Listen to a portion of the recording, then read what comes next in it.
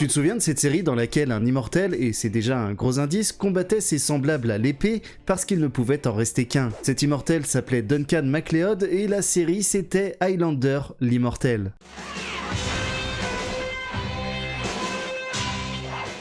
Comptant 119 épisodes produits de 1992 à 1998, Highlander est une série adaptée du film culte de 1986. On y suit Duncan MacLeod, un immortel écossais né au XVIe siècle qui vit à notre époque, enfin plutôt dans les années 90 du coup, le tout en essayant de mener une vie relativement normale. Enfin aussi normale que possible quand on est traqué par des immortels qui en veulent à votre tête, au sens littéral du terme. Car oui, comme je l'ai dit en intro, il ne peut en rester qu'un. En effet, les immortels s'affrontent dans des duels à l'épée et à chaque victoire, le vainqueur absorbe la force et l'expérience de son adversaire dans une explosion d'énergie. Alors la série mélangeait action, drame et flashbacks historiques dans lesquels on découvrait la vie passée de Duncan à différentes époques. Mais bien sûr, il n'était pas seul dans l'aventure. Il avait son mentor et ami, Joe Dawson, membre des Getters, une société secrète qui observe les immortels sans intervenir. Duncan avait aussi un rival récurrent qui s'appelait Métos, un personnage mystérieux et l'un des plus anciens immortels. Sans oublier bien sûr les nombreux ennemis redoutables que croisait notre héros avec chacun sa propre philosophie sur la guerre des immortels. Sinon côté action, c'était du sérieux. Duncan, joué par Adrian Paul, exécutait lui-même la plupart des combats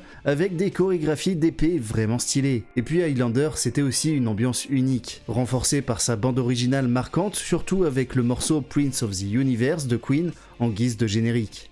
Alors dis-moi, toi aussi t'aurais kiffé être un immortel au risque de peut-être perdre la tête ?